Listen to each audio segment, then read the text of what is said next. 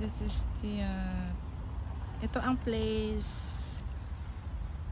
ng Ewagville kung sa diin i-construct ang Ewagville na project ni Mayor Adi Lazaro sa Pututan, Iloilo. So guys, mabilis na lang, madali na lang matapos. It's coming soon.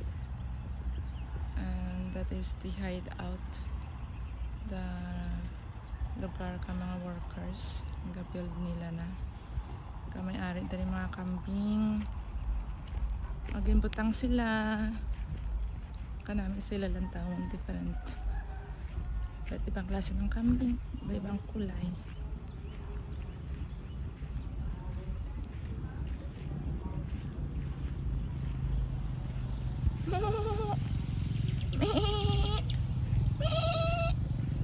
Kambing, kambing. Ayan, dami nila oh.